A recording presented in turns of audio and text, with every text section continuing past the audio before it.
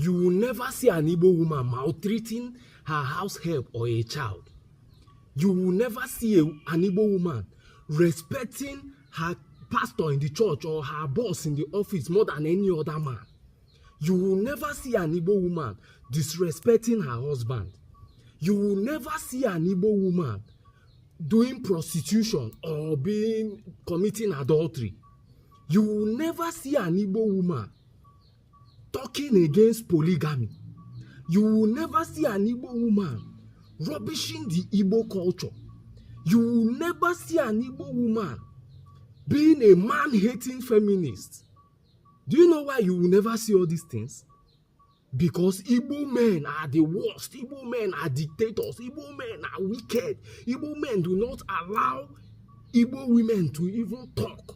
Igbo men cage them and tie them. That is they can't even move.